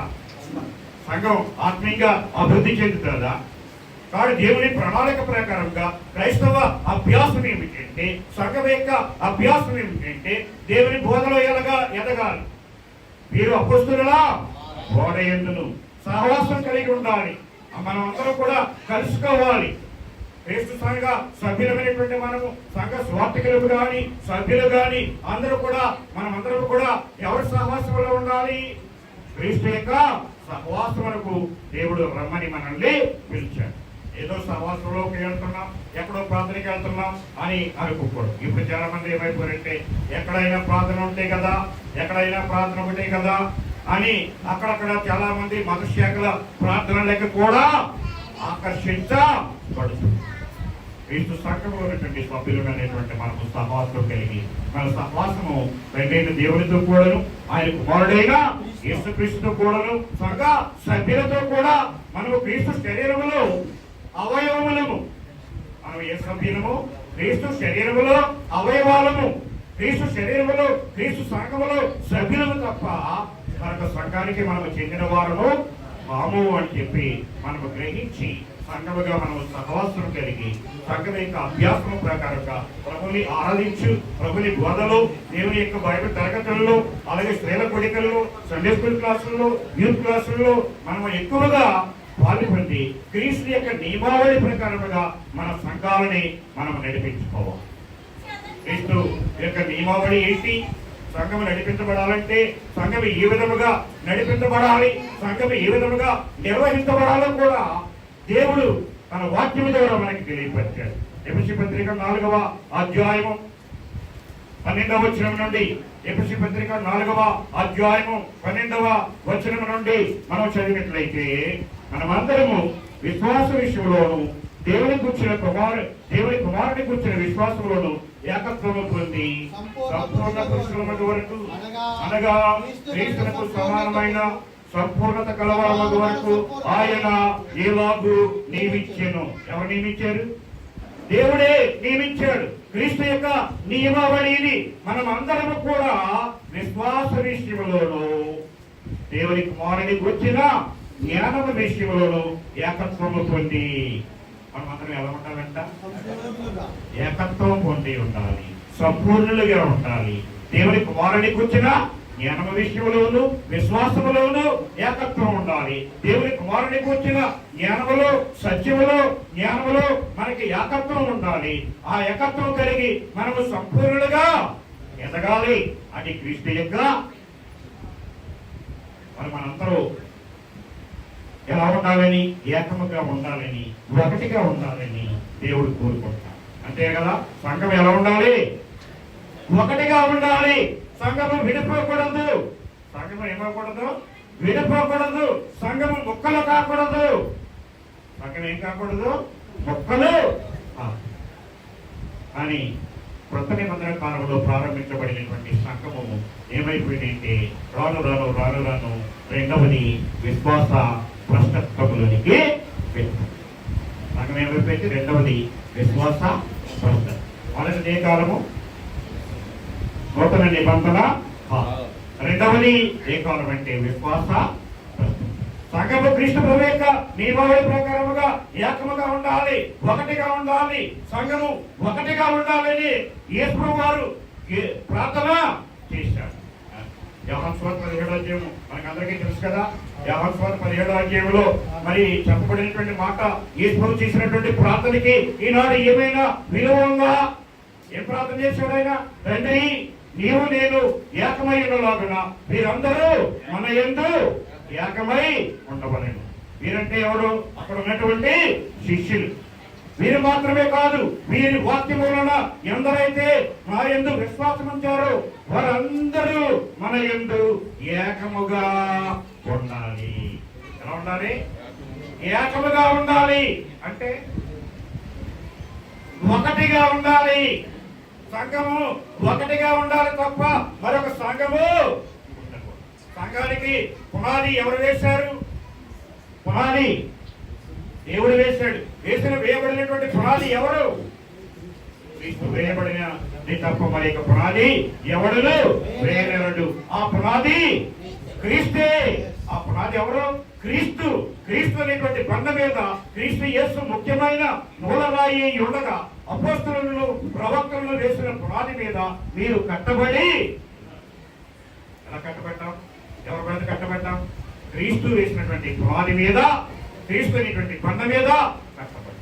క్రీస్తు వేసిన పునాది తప్ప మరి యొక్క పునాది ఎవడను వేయలేరడు. అంటే ఇప్పుడు ఎన్ని సంఘాలు వచ్చినాయి? కొన్ని వేల సంఘాలు కొన్ని వేల మత శాఖలు ఆవిర్భవించే, కొన్ని వేల మత శాఖలు పుట్టుకొచ్చాయి. నూతన నిబంధనలు, కొత్త నిబంధనలు ఉన్నటువంటి సంఘము, ఏకైక సంఘము, ఒకే ఒక సంఘము, ఒకటిగా ఉండాలని క్రీస్తు ప్రభు ప్రార్థన చేసినటువంటి సంఘము అని ఏదంటే క్రీస్తు యొక్క ఆ సంఘానికి శిరస్సు ఎవరు? క్రీస్తు. ఆ సంఘము ఆయన శరీరం. ఒక మనిషికి ఎన్ని శరీరాలు ఉంటాయి? ఒకే శరీరం. ఎన్ని శిరస్సులు ఉంటాయి? ఒకే. కాబట్టి ఒకే క్రీస్తు, ఒకే సంఘము. ఒకే క్రీస్తు, ఒకే సంఘము. కానీ ఇప్పుడు ఎన్ని సంఘాలు వచ్చాయి? చాలా రకరకాల సంఘాలు. వీటికి ఒక సంఘం. ఊరికి అనేక 15 సంఘాలు. ఒక ఊరిలో 15 సంఘాలు డిఫరెంట్ నేమ్స్ తో వివిధమైనటువంటి పేర్లు కలిగి, కొండల పేర్లు, ప్రాంతాల పేర్లు, రకరకాల పేర్లు పెట్టబడినటువంటి సంఘాలు ఈ రోజున మనం చూస్తున్నాం. అవన్నీ రావడానికి కారణం ఏంటంటే సంఘము ఏమైపోతుందంటే విశ్వాస భ్రష్టత్వంలోనికి వెళ్ళిపోతుంది, విశ్వాసముల నుండి తొలగిపోతుంది. కాబట్టి సంఘ చరిత్రలో రెండవ కాలం ఏంటంటే మొదటి నిబంధన కాలంలో, నూతన నిబంధన కాలంలో క్రీస్తు సంఘము ప్రారంభించబడితే రాను సంఘము ఏమైపోయిందంటే విశ్వాస భ్రష్టత్వంలోనికి వెళ్ళిపోయింది. ఫాలోయింగ్ అవే అపోస్టసీ అన్నారు. రెండవ దాన్ని ఏమన్నారంటే అపోస్టసీ అన్నారు. విశ్వాస భ్రష్టత్వము, లేకపోతే విశ్వాసములో నుండి తొలగిపోవుట. సంఘము విశ్వాస భ్రష్టత్వం గురించి అనేకమైనటువంటి హెచ్చరికలు బైబిల్ గ్రంథంలో మనకి చేయబడినట్లుగా మనం చూస్తూ ఉన్నాం. బైబిల్ గ్రంథంలో విశ్వాస భ్రష్టులవుతారు అని చెప్పి తిమోతికి రాసినటువంటి మొదటి పత్రిక అపోస్తలుడైన పౌలు గారు తిమోతికి రాసిన మొదటి పత్రిక 4వ అధ్యాయము మొదటి 4 వచనాలు. 4వ అధ్యాయము మొదటి 4 వచనాలు. అయితే కడవరి దినములలో కొందరు అబద్ధికుల వేషధారణ వలన మోసపరచు ఆత్మల యందును దయ్యముల బోధ యందును లక్ష్యముంచి విశ్వాస భ్రష్టులగుదురని ఆత్మ తేటగా చెప్పుతున్నాడు. ఎప్పుడనమాట? అయితే కడవరి దినములలో, అంత్య దినాలంటే యేసు ప్రభు జీవించినటువంటి కాలమే, అంత్య దినాలంటే సంఘము ప్రారంభించబడినటువంటి కాలమే. ఆ కాలంలోనే, ఆ అంత్య దినాలలోనే ఏమైపోతుందంటే సంఘము విశ్వాస భ్రష్టత్వంలోనికి ఏమైపోతుంది? కడవరి దినములలో కొందరు అబద్ధికుల వేషధారణ వలన మోసపరచు ఆత్మల యందును దయ్యముల బోధ యందును లక్ష్యముంచి విశ్వాస భ్రష్టులగుదురని ఆత్మ తేటగా చెప్పుతున్నాం. ప్రభువులు వదిలిపెట్టేశారు, లేకపోతే దేవుని యొక్క వాక్యం వదిలిపెట్టేశారు, సత్యాన్ని వదిలిపెట్టేశారు. ఇప్పుడు ఎక్కువ మంది దేనికి ఆకర్షించబడుతున్నారంటే అబద్ధ బోధలకి. ఏంటి అబద్ధ బోధలు? అబద్ధికులు వేషధారణ వలన మోసపరచు ఆత్మల యందును. ఇక్కడ రమ్మంటే ఆత్మ దిగొచ్చేస్తాడు. రా దిగు దిగు దిగు దిగు దిగు దిగు దిగు దిగు దిగు అంటే ఆత్మ దిగిపోతాడు. దిగిపోతాడు అలాగా. అలాంటి వాళ్ళు ఉన్నారా లేదా? రకరకాల భాషలు మాట్లాడి రభసలు చేసి మరి మనుషుల్ని అట్రాక్ట్ చేసి ఆకర్షించి మోసగించేటువంటి ఆత్మల యందు లక్ష్యమించి, ఇక దెయ్యములా బోధ యందు లక్ష్యమించి అబద్ధికులు వాతవేయబడినటువంటి మనస్సాక్షులు కలిగినటువంటి వారు విశ్వాస భ్రష్టులు అవుతూ ఉన్నారు. విశ్వాస భ్రష్టులకి ఏమైపోయారంటే సంఘములో నుంచి సంఘం యొక్క సత్యాన్ని, దేవుని యొక్క సత్యాన్ని వదిలిపెట్టి అసత్యంలోనికి, అబద్ధంలోనికి చాలా మంది నడిపించబడుతున్నారు. హితబోధని అంగీకరించడం లేదు. సత్యాన్ని ఉన్నట్లుగా చెప్తే చాలా మందికి ఎక్కడం లేదు. ఇది సత్యమరా బాబు, ఇది నిజమైనది, ఇది ట్రూత్ అని చెప్తే ఎవరైనా వింటున్నారా? ఎవరు కూడా వింటలేదు. హితబోధను సహింపక, అంగీకరింపక, సత్యమును వినకుండా అబద్ధ బోధకుల వైపుకు, కల్పనా కథల వైపుకు తిరుగు కాలము వచ్చును. 2వ తిమోతి 4వ అధ్యాయం, 2వ తిమోతి 4వ అధ్యాయం 1 నుంచి 4 వరకు. 3వ వచనం చదువుతాం. 3వ వచనం. ఎందుకనగా జనులు హితబోధను సహింపక దురద చెవులు గలవారై తమ స్వకీయ దురాశలకు అనుకూలమైన బోధకులను తమ కొరకు పోగు తీసుకుని సత్యములకు చెవినీయక కల్పనా కథల వైపుకు తిరుగు కాలము వచ్చును. కాబట్టి ఏమైపోయారంటే జనులు హితబోధను సహింపక, అసలైనటువంటి వాక్యం ఇది సత్యం, ఈ వాక్యాన్ని వినండి, ఈ వాక్యాన్ని అంగీకరించండి, ఇందులో రండి, ఇందులో ఉండండి, సత్యంలో ఉండండి అని సత్యాన్ని బోధిస్తూ ఉంటే సత్యమును నమ్మకుండా, సత్యమును సహించకుండా దురద చెవులు గలవారై తమ స్వకీయ దురాశలకు అనుకూలమైన బోధకులను తమ కోసము భూమి తీసుకొని, చాలా మందికి ఇచ్చక మాటలు చెప్తే బాగుంటారు. ఇచ్చక మాటలో చెప్తే చాలా బాగా చెప్తున్నాడండి, చాలా నవ్వించి కవ్వించి జోకులేసి మిమ్మల్ని నవ్విస్తే కవ్విస్తే పిట్ట కథలు చెప్పుకుంటే చాలా బాగుంది అనిపిస్తాం.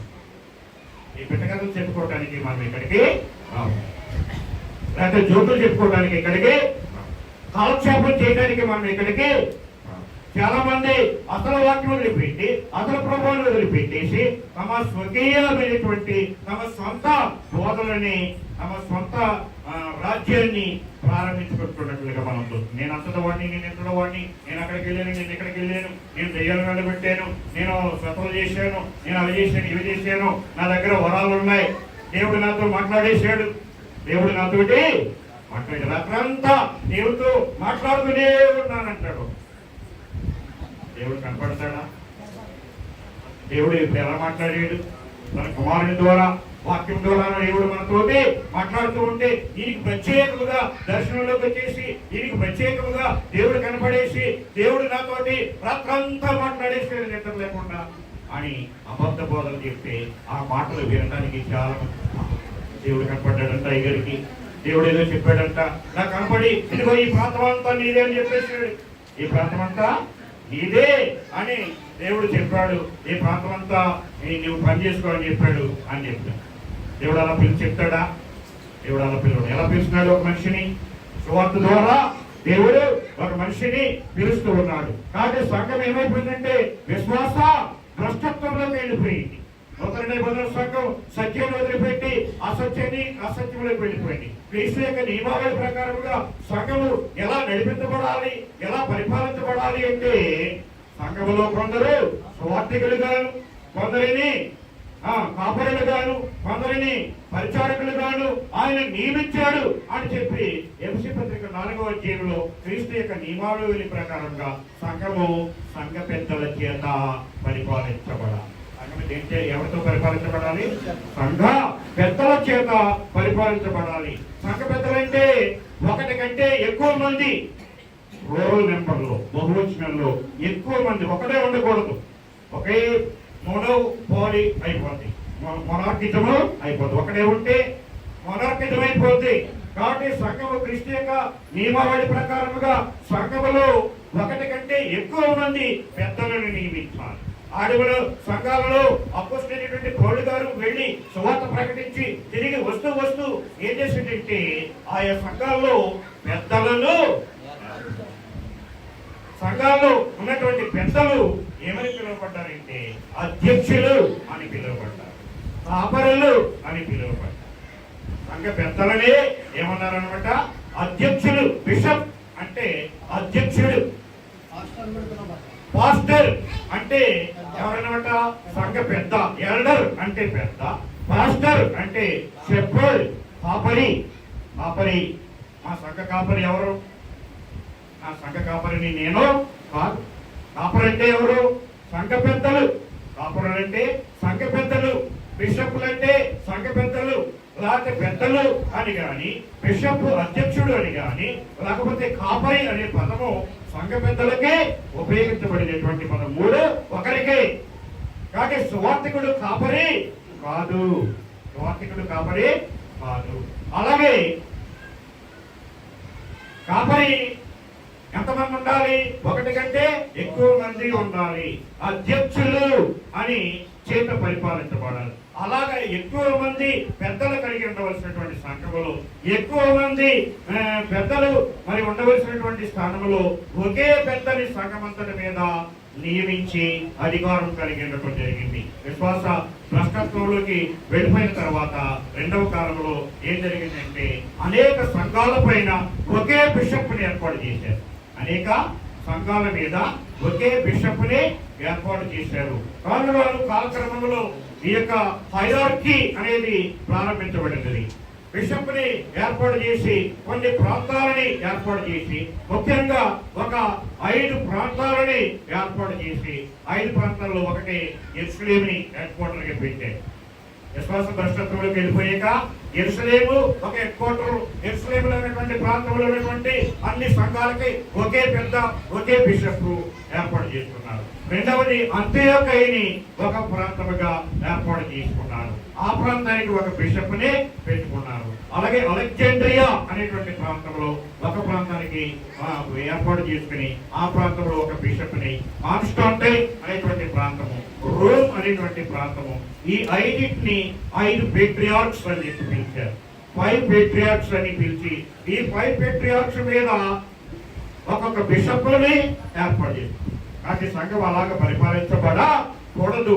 కాబట్టి సంఘం ఏమైపోయిందంటే వాక్యముల నుండి, సత్యముల నుండి విశ్వాస భ్రష్టత్వములోనికి వెళ్ళిపోయి ఆ తర్వాత రోమా సామ్రాజ్యం అంతటి పైన కాన్స్టాంటైన్ నోబుల్కి అధికారాలు ఇచ్చినటువంటి తర్వాత రోమా సామ్రాజ్యం అంతటికి ఒకే చక్రవర్తి అప్పుడు ఉండేవాడు. రోమా సామ్రాజ్యం అంతటికి ఒకే ఒక చక్రవర్తి ఉండేవాడు. అలాగే రోమా గవర్నమెంట్ కి, రోమన్ సామ్రాజ్యానికి ఒకే చక్రవర్తి ఎలా ఉన్నాడో అలాగే ఈ సంఘాలన్నిటిపైన ఈ 5 పేట్రియార్క్స్ మీద ఒక పోప్ ఉండాలి. ఎవరుండాలి? ఒక పోప్ ఉండాలి అని 606లో బొనిఫస్ థర్డ్ అనేటువంటి వాడిని సంఘాలన్నిటి మీద ఒక పోప్ కింద నియమించారు. అప్పుడే వచ్చింది మొట్టమొదటి మత శాఖ ఏదంటే రోమన్ క్యాథలిక్. రోమన్ క్యాథలిక్ ఎప్పుడు వచ్చిందనమాట 606లో. 34వ సంవత్సరం నుంచి 606వ సంవత్సరం వరకు కూడా సంఘం ఏమైపోతుందంటే విశ్వాసంలో ఉన్నటువంటి సంఘము, క్రీస్తు బోధనలు అభ్యాసంలో ఉన్నటువంటి సంఘము క్రీస్తు బోధనని అభ్యాసాన్ని వదిలిపెట్టి విశ్వాస భ్రష్టత్వంలోకి వెళ్ళిపోయి సంఘం అంతటి మీద ఒకే పూర్పుని ఏర్పాటు చేసుకుని ఎక్కడికి వెళ్ళిపోయింది సంఘం? విశ్వాస భ్రష్టత్వంలోనికి వెళ్ళిపోయి సంఘ పరిపాలన విధానంలో అనేకమైనటువంటి మార్పులు చోటు చేసింది. ఈనాడు కూడా అనేక మంది దొంగ అపోస్తలులు బయలుదేరినట్టుగా మనము దేవుని యొక్క వాక్యంలో చూడగలుగుతూ ఉన్నాం. మూడవది డార్క్ ఏజ్. మూడవది ఏంటనమాట సంఘ చరిత్రలో మూడవ కాలం ఏంటంటే డార్క్ ఏజ్, చీకటి యుగము. ఈ విశ్వాస భ్రష్టత్వానికి కొనసాగింపే ఈ డార్క్ ఏజ్ కింద మనం చెప్పుకోగలం. విశ్వాస భ్రష్టత్వానికి కొనసాగింపుగా ఈ డార్క్ ఏజ్ అపోస్తల బోధల నుండి, క్రమముల నుండి తప్పిపోయి ఇక రాను క్రొత్త బోధనలు తీసుకొచ్చారు. చిన్న పిల్లలకి బాప్తీసాలు ఇవ్వటం డార్క్ ఏజ్ లో చిన్నపిల్లలకి బాప్తీసాలు ఇవ్వచ్చా? చిన్నపిల్లలకి బాప్తీసాలు ఇవ్వటము, వాయిద్య సంగీతాలు, ఇన్స్ట్రుమెంటల్ మ్యూజిక్ సంఘములో ప్రవేశపెట్టడము, అలాగే క్రీస్తు ప్రభు యొక్క తల్లి మరియ పునీతురాలు అని పుణ్యస్త్రీ అని మరియని ఆరాధించడము, మరియని మరికొంతమంది నీ సెయింట్స్ కింద పూజించడము ప్రారంభించి కొంతమందిని సెయింట్స్ ని, ఫాదర్స్ ని సెయింట్స్ కింద పూజించడం ప్రారంభించి మొదటి శతాబ్దంలో ఉన్నటువంటి క్రీస్తు ప్రభు యొక్క సంఘం ఏమైపోయిందంటే కష్టత్వంలోకి వెళ్ళిపోయి చీకటిలో మార్చబడుతూ కొత్త నిబంధన బోధలన్నీ కూడా మార్చబడుతుంది. కొత్త నిబంధన బోధలన్నీ కూడా ఏమైపోయింది? మార్చబడ్డాయి. ఆ తర్వాత మరి కొంత కాలానికి కొంతమంది రిఫార్మేషన్స్ బయలుదేరి సంఘ సంస్కర్తలు బయలుదేరి వాళ్ళు మతోద్ధరణ చేస్తాం, మతాన్ని మేము ఉద్ధరిస్తాం, మేము సంఘాన్ని సంస్కరిస్తాం అని ఆ రోమన్ క్యాథలిక్ ఉన్నటువంటి తప్పుడు బోధలని, తప్పుడు సిద్ధాంతాలని ఖండించి అపోస్తలుల బోధలు, విశ్వాసములు అనేక మార్పులు, అవినీతి చోటు చేసుకున్నాయి. కాబట్టి మత సంస్కరణ జరగాలి అని కొందరు రిఫార్మేషనిస్టులు బయలుదేరి వాళ్ళు మతాన్ని ఏం చేయాలనుకున్నారంటే సంస్కరించాలి అని అనుకుని 1517వ సంవత్సరంలో క్రీస్తు శకము 1517వ సంవత్సరం అక్టోబర్ 31వ తారీఖున మార్టిన్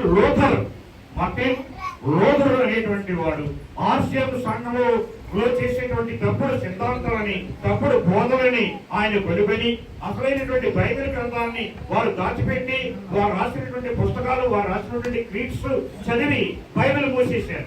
బైబిల్ దాచిపెట్టేసి ఆ రోమన్ క్యాథలిక్ వాడు ఏం చేశారంటే కొన్ని క్రీడ్స్ ని, కొన్ని పుస్తకాలని రాసి ఆ పుస్తకాలను, ఆ క్రీడ్స్ ని చదవటం మొదలు పెట్టారు. అపోస్తుల విశ్వాస ప్రమాణమని, నికేయ విశ్వాస ప్రమాణమని ఇలాంటి విశ్వాస ప్రమాణాలని ప్రవేశపెట్టి సంఘములో తప్పుడు బోధలు, తప్పుడు సిద్ధాంతాలని ప్రకటించడం ద్వారా సంఘం ఏమైపోయిందంటే చీకటి యుగంలోనికి వెళ్ళిపోయినటువంటి ఆ సంఘాన్ని మరలా సంఘ సంస్కర్తలు వచ్చి వారు చేసేటువంటి తప్పుడు సిద్ధాంతాలని కనుక్కుని మార్టిన్ లూథర్ 1517వ సంవత్సరంలో వారు చేసేటువంటి తప్పుడు విధానాన్ని 95 తప్పులు, ఎవరో రోమన్ క్యాథలిక్ వాళ్ళు చేసేటువంటి 95 తప్పిదాలని కనుక్కొని 95 థీసిస్ని ఆయన ఒక సీటు మీద వ్రాసి, ఒక బ్యానర్ అనుకోండి, బ్యానర్ మీద వ్రాసి వాటిని జర్మనీలో ఉన్నటువంటి విటెన్బర్గ్ అనేటువంటి ఒక చర్చ్ బిల్డింగ్ మీద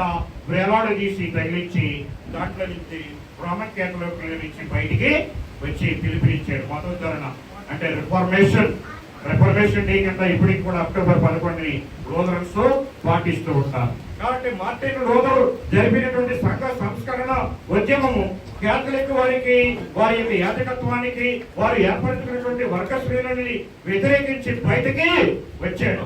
రోమన్ క్యాథలిక్ నుంచి బయటికి వాళ్ళని ప్రొటెస్ట్ చేసి, వాళ్ళని ఎగ్నెస్ట్ చేసి మార్టిన్ లూథర్ బయటకు వచ్చాడు. కాబట్టి వీళ్ళేమన్నారో తెలుసా? ప్రొటెస్టెంట్స్.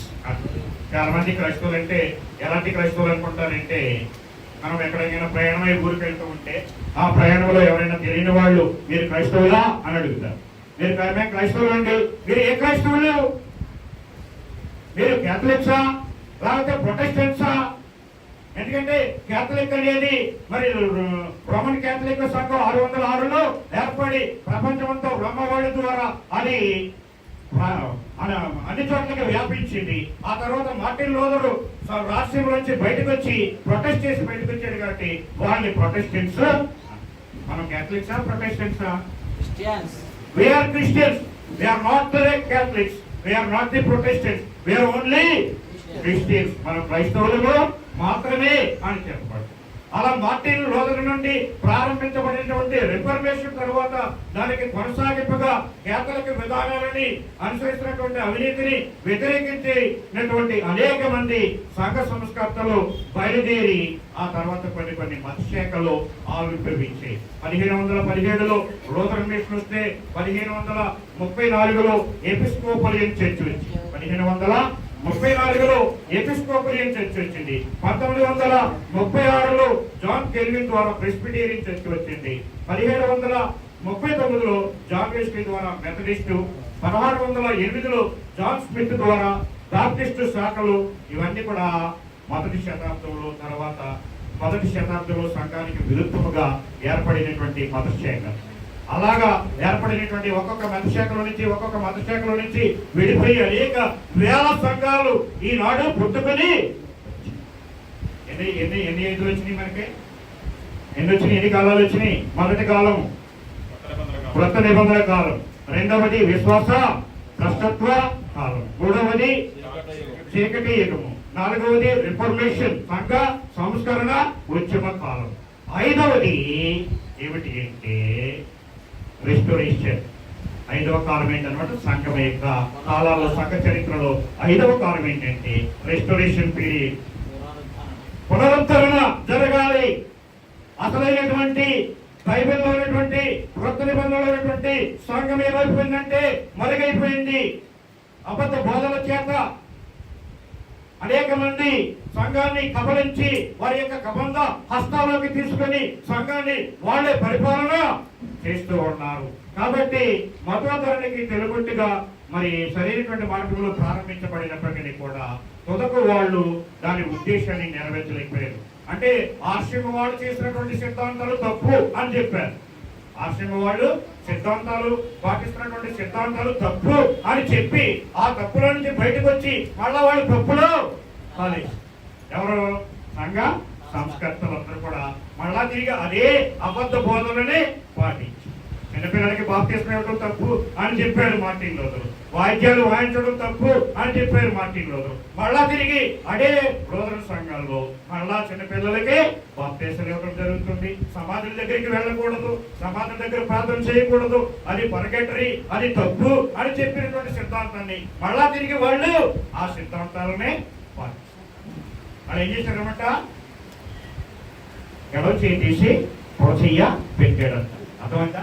ఎడవ చేయి తీసి ఏం పెట్టాడంట, పొరచెయ్య పెట్టారు అన్నట్టుగా వాళ్ళు చేసినటువంటి తప్పుడు సిద్ధాంతం, వ్యతిరేకించిన తప్పుడు సిద్ధాంతంలో మళ్ళా వాళ్ళు ఆచరించడం మొదలు పెట్టారు. కాబట్టి కేథలిక్ వ్యవస్థను వ్యతిరేకించడం అనేక మతశాఖల ఆవిర్భావానికి కారణమైంది తప్ప అసలైనటువంటి సత్యం దగ్గరికి వాళ్ళు రాలేకపోయారు. కాబట్టి సంఘ సంస్కర్తలు వ్యతిరేకించినటువంటి పసిపిల్లలటువంటి బాప్తిస్మం కానీ, చిలకరింపు బాప్తిస్మం కానీ, ఆరాధనలో వాయిద్యాలు, సంగీతాలు, అలాగే విశ్వాస ప్రమాణాలు ఇవన్నీ కూడా మళ్ళా తిరిగి వాళ్ళు అవలంబించారు, పాటించారు. కాబట్టి విశ్వాసంలో నుంచి వారు సంఘంలోనికి, సరైనటువంటి సంఘంలోనికి అపోస్తలుల విశ్వాసం కానీ, అపోస్తలుల బోధనకి కానీ, సంఘానికి కానీ తిరిగి రాలేక చివరిది ఏంటనమాట, రెస్టోరేషన్ పీరియడ్ లో పునరుద్ధరణ పిలుపునిచ్చాడు. అలెగ్జాండర్ క్యాంబెల్, థామస్ క్యాంబెల్ అనేటువంటి వాళ్ళు 18వ శతాబ్దంలో, W.C. బర్టన్ అనేటి వాళ్ళు పునరుద్ధరణ పిలుపునిచ్చి we come back to the Bible, Bible దగ్గరికి వద్దాం, బైబిల్ ఏం చెప్తుందో అదే మనం మాట్లాడదాం, బైబిల్ చెప్పిందే మనము మాట్లాడదాం, బైబిల్ చెప్పిందే మనము ప్రకటిద్దాం అని చెప్పి దేవుని యొక్క వాక్యంలో మనకి తెలియజేయబడుతున్నట్లుగా చూడగలుగుతున్నాం. కాబట్టి ఇలాగా ఈ యొక్క పునరుద్ధరణ పిలుపునిచ్చినటువంటి థామస్ క్యాంబెల్ గాని, అలెగ్జాండర్ క్యాంబెల్ గాని, బటన్ W. స్టోన్ గాని వీళ్ళందరూ కూడా ఏమన్నారంటే పురాతన మార్గములను వెతకండి, పురాతన మార్గములను మనము పునరుద్ధరించాలి అని పునరుద్ధరణ పిలుపుని, రెస్టోరేషన్ కాల్ ని ఇచ్చి అసలైనటువంటి సత్య సంఘానికి మనము బైబిల్ దగ్గరికి వెళ్దాం. బైబిల్ ఎక్కడ మాట్లాడుతుందో అక్కడ మాట్లాడతాం, బైబిల్ ఎక్కడ నిశ్శబ్దంగా ఉందో అక్కడ నిశ్శబ్దంగా ఉందాం అని ప్రజలని పురికొల్పడానికి ప్రారంభించారు. కాబట్టి దేవుని సంకల్పము వినిన వారందరూ, బాప్తిస్మం పొందిన శిష్యులందరూ ఎలా పిలువబడాలంటే క్రైస్తవులు మాత్రమే పిలువబడాలి తప్ప ఏ పోక క్రైస్తవులు గాను పిలువబడ. ఈరోజు క్రైస్తవులు అంటే ఏ క్రైస్తవులు, మీరు లూథరన్సా, మీరు బాప్టిస్టులా, లేకపోతే మీరు యంగిస్టులా, ఆయిస్టులా అని చెప్పి క్రైస్తవులకి వెనకాల తోకలు, మనకి ఏ తోకలు లేవు. మనం ఓన్లీ క్రైస్తవులు. ప్రస్తుతమైనటువంటి మత శాఖలు కలిగినటువంటి ఏ నామములు కూడా మనము కలిగి, సంఘానికి ఏ పేరు ఉండాలి, క్రీస్తు పేరే. సంఘానికి క్రీస్తు పేరే ఎందుకు ఉండాలి? ఆ సంఘానికి శిరస్సు ఈ పేరేం పేరు, ఈ పేరేం పేరు? ప్రసన్న కుమార్ గారు ఎందుకు అంటున్నారు? ఈ తలకాయ చూస్తే, ఈ తలకాయ, ఈ శిరస్సు, ఈ ముఖం చూస్తే ఈయన ప్రసన్న కుమార్ గారు అంట. ఈ తలకాయ తగ్గొట్టి ఇంకో తలకాయ పెడితే ఆయన ప్రసన్న కుమారు అవుతారు.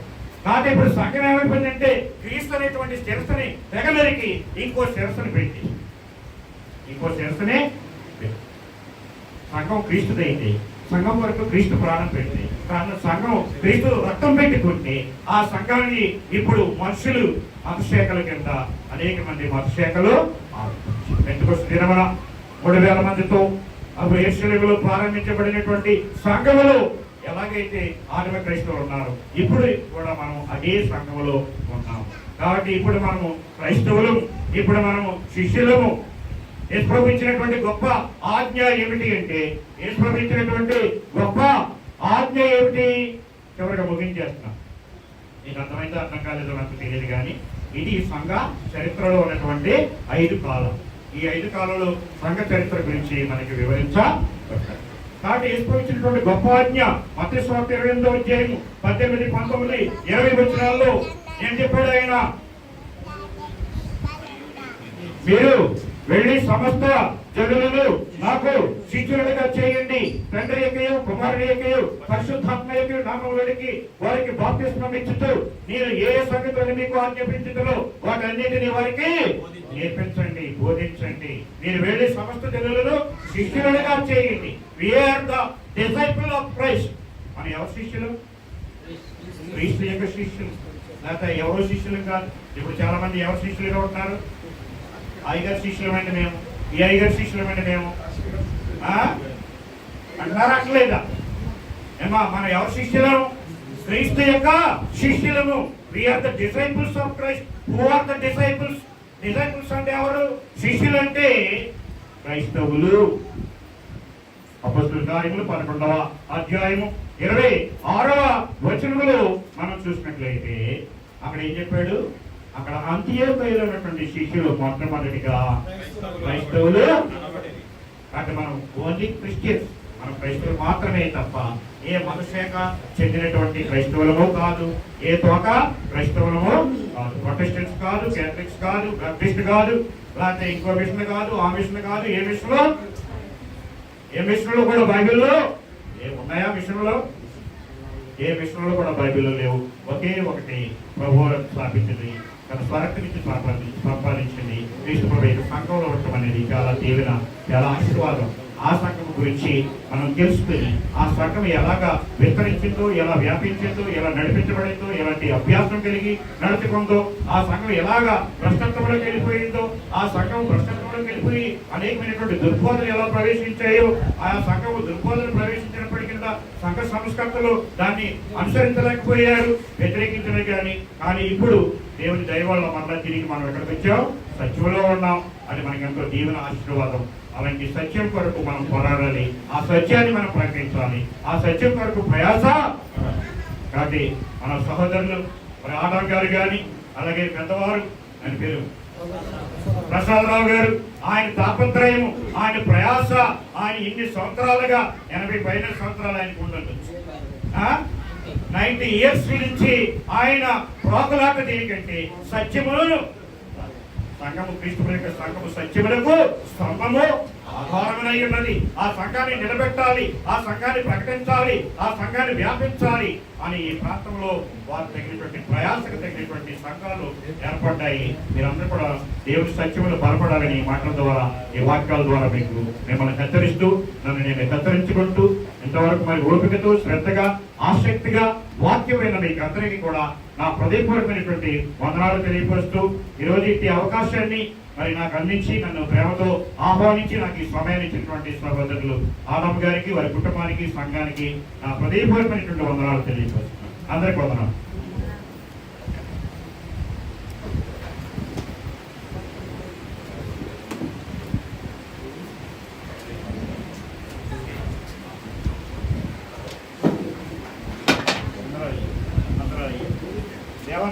ఇంతవరకు సహోదరులు దేవానంద్ గారు చాలా అద్భుతమైన విషయాలు తెలియజేశారండి. ఇప్పుడు చెప్పిన ఈ సబ్జెక్టు బైబిల్ కాలేజీలో బోధిస్తారు. ఇదంతా కూడా నెల రోజులు బోధిస్తారు. దీన్ని నెల పట్టవచ్చు, నీళ్ళు పట్టవచ్చు, వివరాత్మని చెప్పడానికి. కానీ కేవలం 1 గంట 15 నిమిషాల్లో చాలా విషయాలు బోధించారు సహోదరులు. అక్కడ కూర్చొని వింటుంటే నా రోమాలు నెక్కబడిచాయి. మీకు ఎలా ఉందో నాకు తెలియదు, కానీ అసలు క్రీస్తు సంఘం అంటే చాలు నరాల్లో రక్తం అలా పొంగుతూ ఉంటుంది అన్నమాట. ఎందుకంటే క్రీస్తు సంఘం అనేది దాన్ని వినాలి, ప్లీజ్ అందరూ కూడా వినాలండి. క్రీస్తు సంఘం అంటే అది మనిషి యొక్క ఆలోచనలో పుట్టింది కాదు, మనుషుడు అనుకుంటే ఏర్పాటు చేసుకుంది కాదు, కొంతమంది సమూహం ఇలా చేద్దాం అనుకొని ఏర్పాటు చేసుకుంది కాదు. ఇందా చెప్పారు దాని యొక్క తండ్రి ఉద్భవం ఎక్కడుందట? తండ్రి యొక్క ఆలోచన ఇచ్చి సంకల్పంలో ఉంది. జగత్పునాది వేయబడక మునిపే ఆది యందు దేవుడు భూమి ఆకాశములు, కానీ అనాది కాలములోనే, అంటే భూమి ఆకాశాలు పుట్టక మునిపే తండ్రి సంకల్పములో భూమి యొక్క రాజ్యాన్ని స్థాపించాలి. అది క్రీస్తు ద్వారా స్థాపించాలి. అది క్రీస్తు యొక్క రక్తము ప్రోక్షించడం ద్వారా ఆ సంఘము స్థాపించబడాలని ఆయన నిత్య సంకల్పం ముందుగా అనుకున్నాడు. దానికి సంబంధించిన అనేక విషయాల్ని వాక్య ఆధారాలతో మనకి నిరూపించాడు. కనుక సహోదరులు చెప్పిన విషయాలు మనసు పెట్టి మన హృదయాన్ని ఎంటీగా చేసుకొని వాక్యం మీద మాత్రమే మనం ఆలోచన కలిగి ఉంటే ఖచ్చితంగా బైబిల్ గ్రంథంలో దేవుని నిత్య సంకల్పం ఉంది కేవలం ఒక క్రీస్తు సంఘము మాత్రమే అనేది మనం గ్రహించగలం. చాలా చక్కటి విషయాలు పోయించిన సోదరులకి వందనాలండి. మరలా ఆ మెమరీస్ మరలా మాకు ఇచ్చారు మీరు, చాలా వందనాలు. మా ఇంటి దగ్గర ఒక వ్యాపారం ఉంటాడు, అంటే నా ఫ్రెండ్ మా ఇంట్లో ఉంటాడు. ఆయన మొన్న బెంగళూరు నుంచి వచ్చి మా ఇంట్లో ఉన్నాడు. ఉండి కొన్ని ప్రశ్నలు రాశాడు ఆయన ఒక వైట్ పేపర్ మీద. ఏం ప్రశ్న? ఆ ప్రశ్న చూస్తే నాకు చాలా ఆశ్చర్యం అనిపించింది. అతను క్రైస్తవుడు కాదు, బ్రాహ్మణు.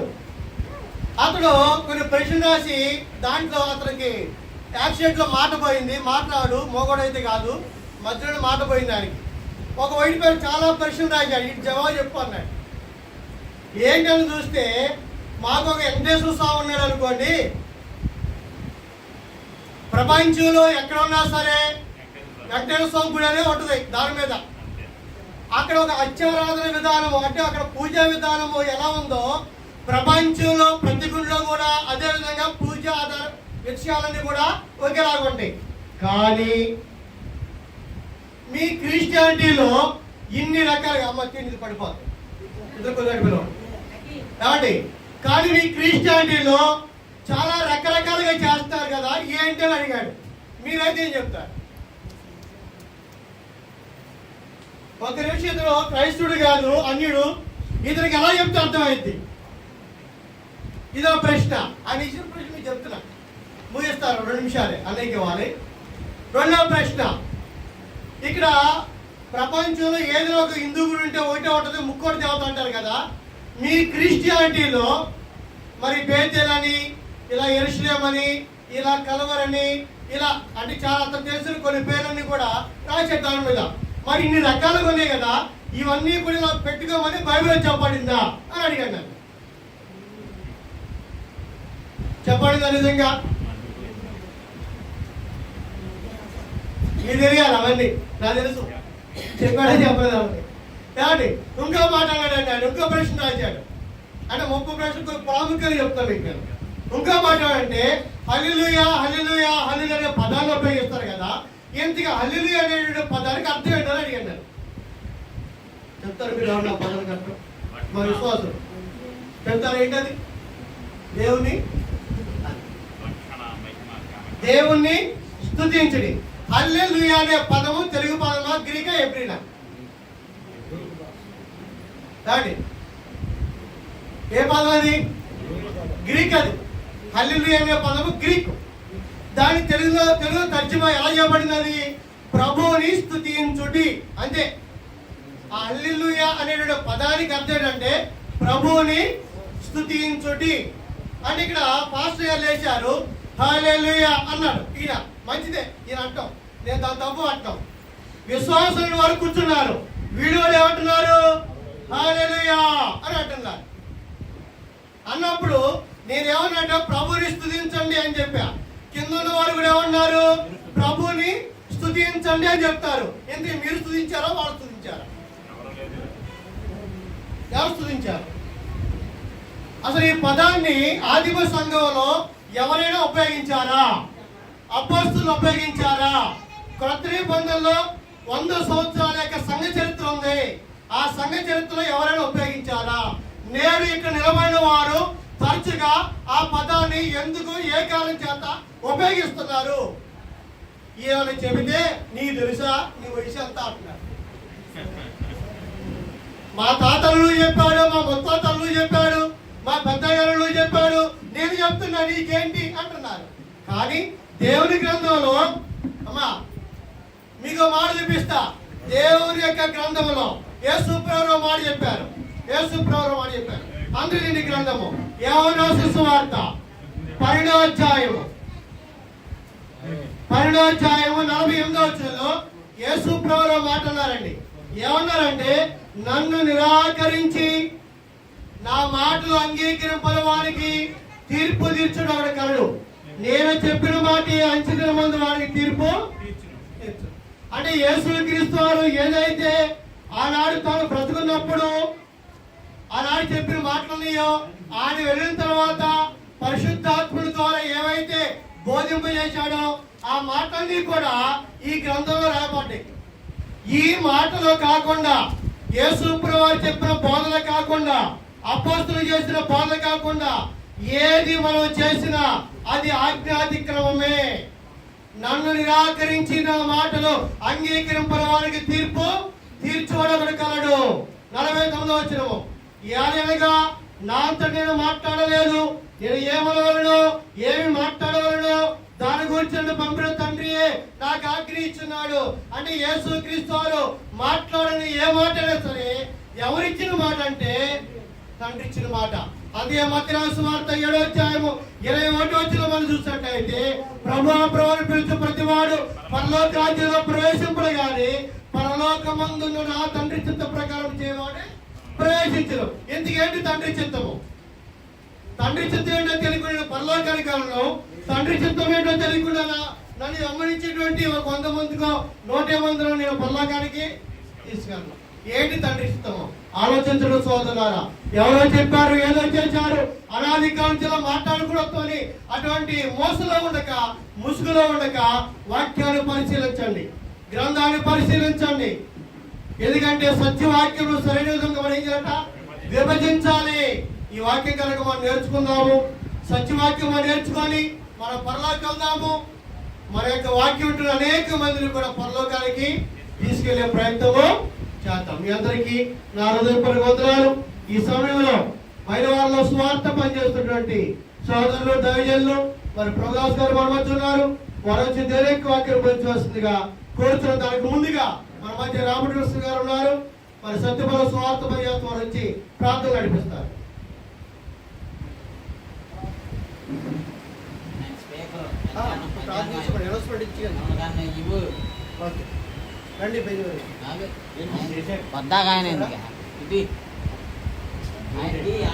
పెద్దగా ఉన్నారు మన మధ్య. వారు ప్రార్థన చేసిన తర్వాత సోదరు ప్రార్థన చేయి.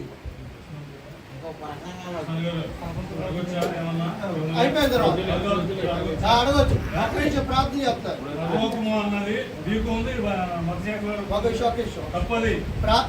కాదండి, మీ ప్రశ్న జవాబు చెప్తాం. మోషే గారు మీ ప్రశ్న జవాబు చెప్తాం.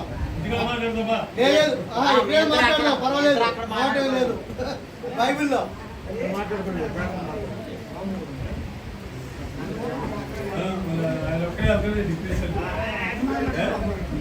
ఒక్క నిమిషం ప్రార్థన చేస్తాను. వినండి వినండి అయ్యా, ఖచ్చితంగా వాక్యానుసారంగా జీవించే ప్రతి ఒక్కరు పరలోకం ఉంది. మోషే గారు ఇక్కడ ప్రార్థన చేస్తారు, మీరు కొద్దిగా ఆగాలి. మీతో నేను తెల్లవాళ్ళు కూర్చొని పోయించగలను, నేను మాట్లాడగలను. I'm ready.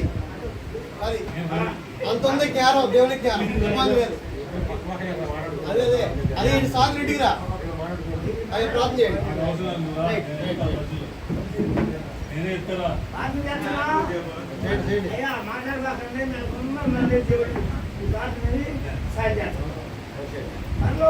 మాట్లాడి సమయంలో బైబిల్ క్లాస్ ఏర్పాటు చేశారు. మరి ఈ క్లాసు ఎంతమంది